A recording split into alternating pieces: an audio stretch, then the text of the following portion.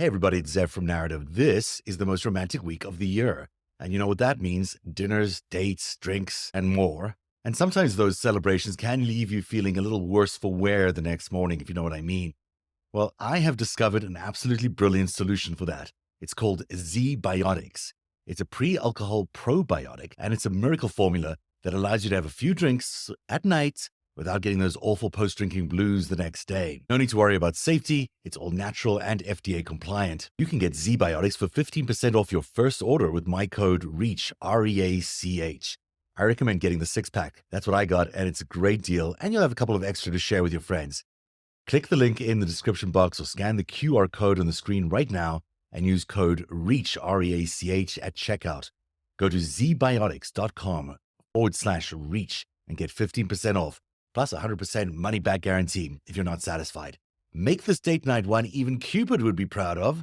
Get some Z-Biotics today so you can still feel the love tomorrow. I like that. Now let's turn to Ruslan Deynychenko, who is the executive director of stopfake.org. It's an organization whose members we've interviewed before. They do incredible work at stopping disinformation in Ukraine by going after it as soon as it pops up. As soon as a narrative that's fake pops up, they go after it, dispel it, and help and know what's true and what's not true. And actually have had a great impact on global events because of that, because they've been able to dispel some of these disinformation efforts by Russia. They've been able to actually stop potential terror attacks or other attacks from happening against Ukraine. On the 1 year anniversary, it was great to be able to talk to Ruslan about his own feelings about a year later, a year into this major offensive, but also to listen to him talk about the major achievements of stopfake.org and what we in the United States and in Canada can learn from these incredibly smart people who've been able to tackle disinformation in the way they have. Here's my interview with Ruslan Deynychenko. Thank you for inviting me. Let me get your initial thoughts as you are now 1 year into an increased conflict with Russia. Of course, the war has been going on for 9 years, but you're now 1 year into this larger conflict. How are things in Kyiv? How is life in Kyiv? And what are your thoughts about this sort of protracted war that keeps going on? Almost every day we have alerts and we go to bomb shelters, and my son who is in school, every time this alert, they hear this sound, the children, they go to bomb shelters.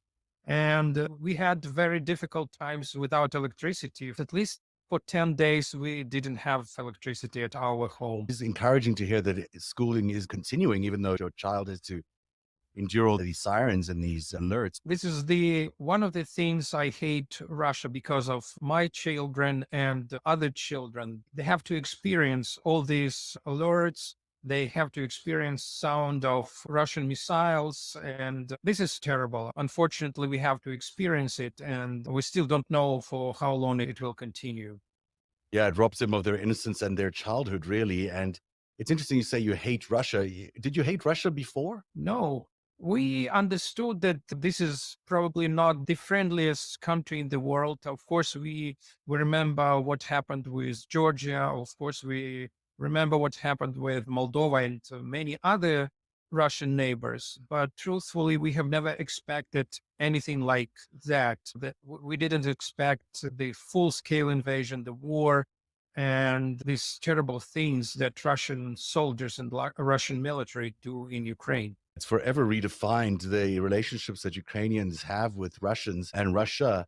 And yet the leader of Russia, Vladimir Putin, seems determined to continue his war. There are reports today about Xi Jinping, the Chinese leader, potentially agreeing to send weapons to arm the Russian forces. How is that news landing in Ukraine? Are people concerned about the potential increase in Chinese support to the Russians? Of course, know that Russia expecting some shortage in equipment. We know they lost a lot of tanks and other machinery in Ukraine. And of course, we don't know any country, Iran or China, help them to restore their activities, to help them to bomb Ukrainian cities. It will be terrible. And we expect peaceful initiatives from China. We expect they pressure Putin to stop this aggression, to stop this war. We don't expect them or anybody else to supply them with the military equipment they need.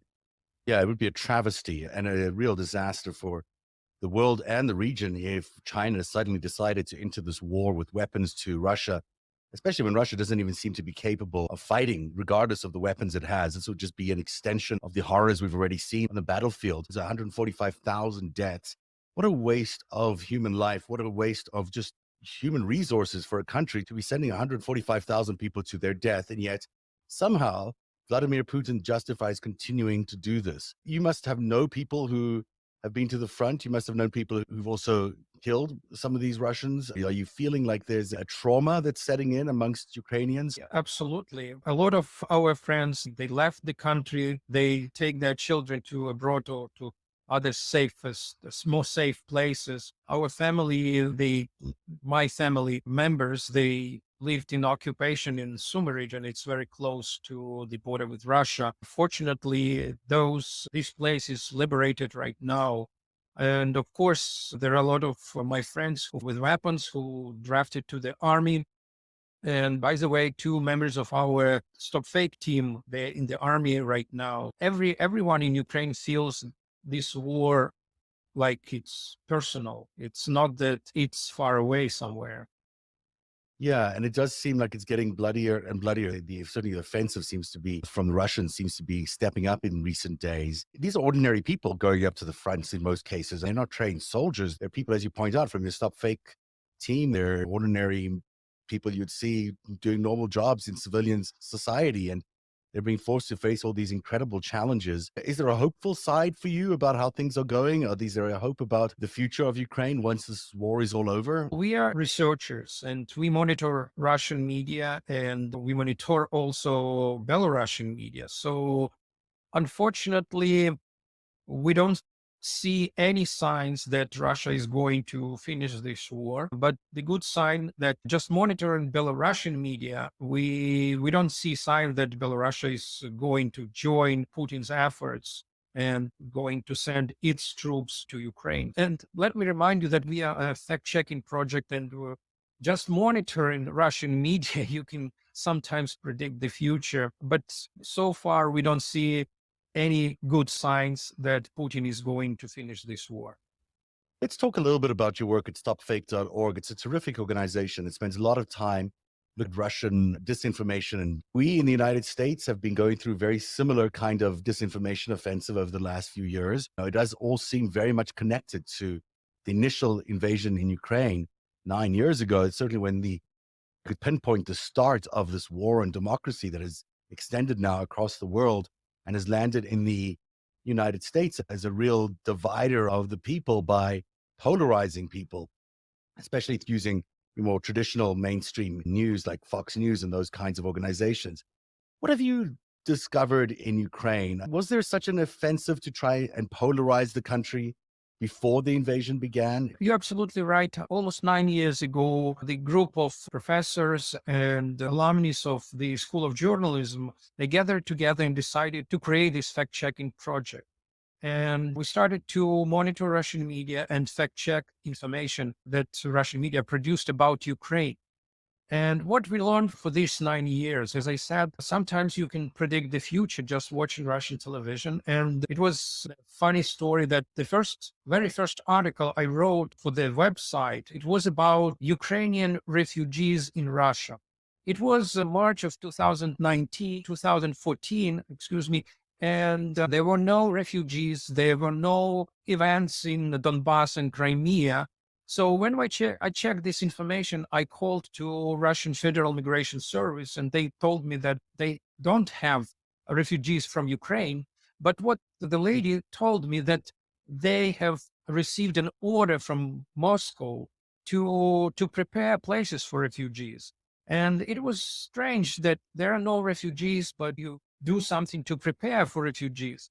And several weeks later, I understood when events in Donbass started, refugees appeared. But the Russian media, they already prepared their society for refugees and their migration services, they were prepared. So they staged everything. They planned everything beforehand. And the same happened with this full-scale invasion. We have noticed the change in Russian media rhetoric exactly 1 year before this full-scale invasion. The whole year we observed and monitored Russian media, And let me tell you that 3 months before this invasion, we had a conclusion that Russia will do it. Russia will invade. So I think this is one of the outcomes of the work of our team. That again, you can have useful information about plans of Putin, about plans of Kremlin. It's remarkable how much you can glean from the disinformation, how much valuable information is in there, and how important it is to actually fight disinformation as you guys do on a very quick, immediate basis to disarm whatever is coming in as quickly as you can so it doesn't spread. And I want to take a look at some of those examples that you shared with me. The first example relates to the initial reason that Vladimir Putin and Russia thought it was appropriate to attack the Donbass, and that was that they felt that 14,000 people had been killed in a genocide by Ukrainians, meaning 14,000 ethnic Russian speakers. Tell us a little bit about how you found out that wasn't, in fact, true, and how you were able to disarm some of Vladimir Putin's rhetoric. Yeah, absolutely. Russian officials and Mr. Putin, he uses this information about 14,000 casualties of this war as a pretext for this full-scale invasion. He said that it was Ukrainian genocide against Russian-speaking population in Donbass. But numbers say the different story. Putin's statement is manipulation. 14,000 casualties. It's casualties for 8 years of this conflict in Donbass. And almost all of them are not civilians. They are military personnel from both sides. From And both sides. Oh, that's interesting. both sides, yes. And for 2 recent years before this invasion, the number of casualties, they were single digit numbers, 5 and 6. So this conflict after signing this Minsk agreement calmed down, and there were no reason at all to start this full scale operation because hundreds of thousands of people lost their lives. And by the way, these 5 and 6 casualties, people lost their lives because of mines and other explosives, not because of shelling of Ukrainian army. So it was absolute manipulation, and we proved it with numbers from official sources, and they are confirmed by even from Donetsk and Luhansk. So it's not that Ukrainian side created these numbers. So these are numbers from the opposites. So the pretext for war that Vladimir Putin had, this idea that there was some sort of genocide in the Donbass, not true at all. That in fact, what he was using as a number there, this 14,000. Manipulation, and it was a false pretext, artificial pretext. I guess the other pretext that the Russians had in the initial stage of this full-scale invasion was that they were trying to denazify Ukraine. They said here in this one particular article that they were able to detain Ukrainian Nazis. Now, you found out that these guys were not, in fact, Ukrainian Nazis. Yeah, absolutely. And it happened exactly 1 year before the full-scale invasion. They detained a lot of young men in different Russian cities. And when we checked this information, we discovered that all of them, they had no connections with Ukraine, and they were not terrorists. And by the way, they were released from prison just a few days after this information was disseminated by Russian media. Hundreds of Russian media outlets, they disseminated this information. And we talked with these guys, we talked with the investigators. So they told us that they have no connection with Ukraine. They were just regular local people, local Russian citizens, and they had nothing to do with Ukrainian Nazis. And we think that after the reaction from Russian government officials to this story, we have an impression that FSB created this story as a potential artificial pretext for full-scale invasion. So I think this story is very important, and we think that we prevented some real terrorist acts in Russia. Here's an interesting one that many people still today quote about these biolabs, these weapons labs in Ukraine that Russia and Vladimir Putin, even in his speech the other day, he commented on about the biolabs. The truth is very simple. There are no biolabs in Ukraine created to develop biological weapons. It's absolute nonsense. And Russian media and Russian government officials use these stories, use these fakes to explain why Russia invaded in Ukraine. There is no single piece of evidence to prove that any kind of laboratories where Ukrainians with American help created biological weapons like mosquitoes who bite only Russian speaking population, or birds who disseminate some kind of viruses that can affect only Russians. So there were some very stupid fakes. It's always surprised me that a country that's led by a Jewish leader is being accused of being run by Nazis when in fact he's Jewish. But it's more intricate than that, right? What do they mean by these in this context of Ukraine? They're trying to persuade their own population. And of course, they're trying to persuade foreign countries' leaders and citizens that Nazis are not just popular in Ukraine, but the Ukrainian government tribes Nazi views and Nazi ideology. But again, for anybody who lives in Ukraine, it's absolute nonsense. And there are different research that shows that Ukrainians are more tolerant to other nations than their neighbors. And of course, the level of anti-Semitism in Russia is much higher than in Ukraine. And what they do in Russian propaganda, they take the individual case, for example, somebody with the Nazi tattoo or somebody with the Nazi flag. They try to say that these individual cases, general picture, there are Nazism everywhere. There are people who subscribe to this ideology in the United States, in Russia, of course, and everywhere. But in Ukraine, of course, even if representatives of alt-right parties took part in elections, they have never won any elections or took any significant number of places in the Ukrainian parliament. Again, why the Russian propaganda try to use these stories? They try to persuade our partners in the European Union or in the United States, do not help Ukraine, do not supply weapons to Ukraine, because your weapon can get to Ukrainian Nazi. And of course, there are a lot of stories that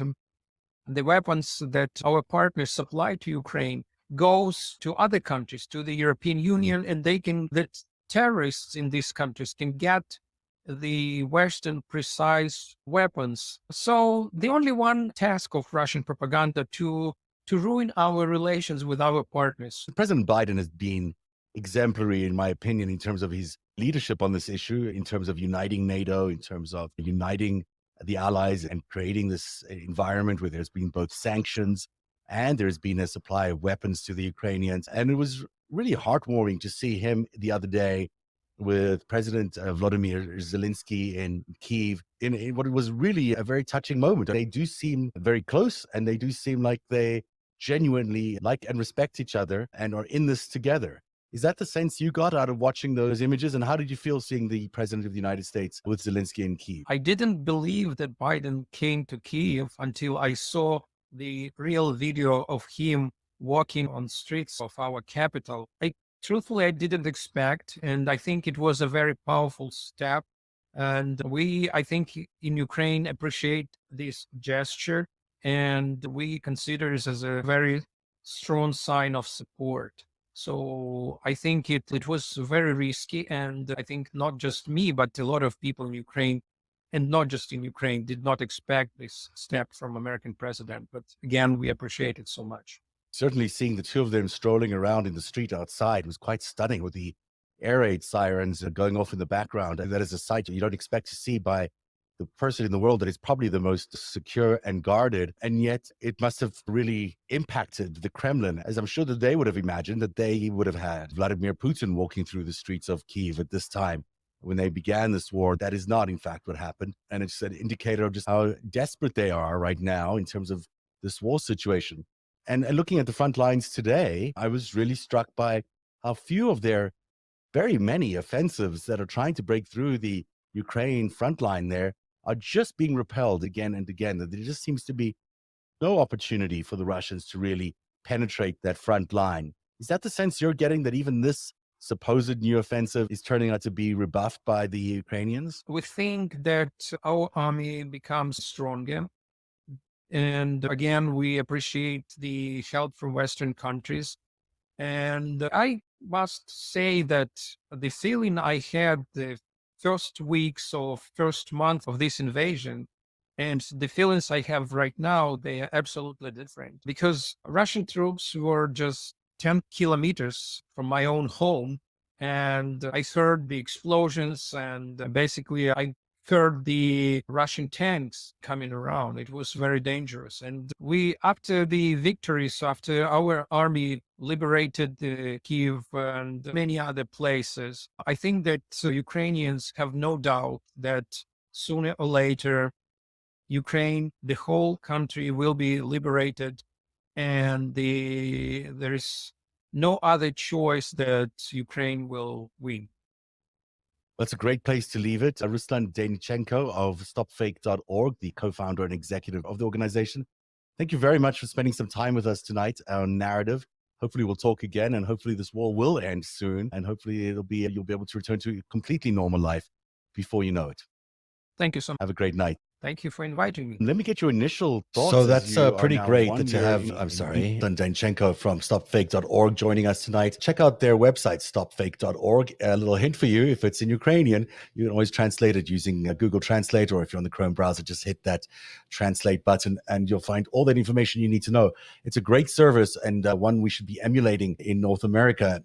That's our show for tonight. My thanks to Michael McKay and Eric Garland as well for being here tonight. A big show discussing the really difficult geopolitical challenges ahead as we see China tiptoeing towards a bit of an alliance with Russia on Ukraine. As always, you're welcome to join our incredible patrons who help us make this content every week. You can go to patreon.com/narrative.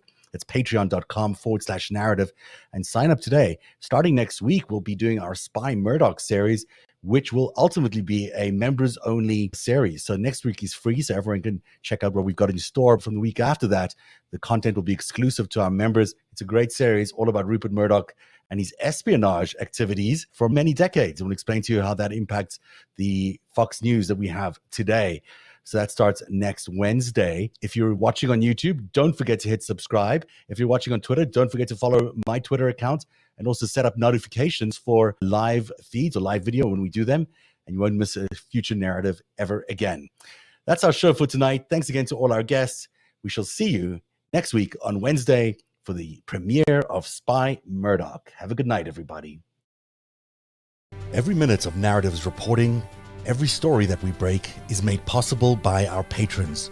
You too can become a patron by joining at patreon.com/narrative. Narrative, where truth lives.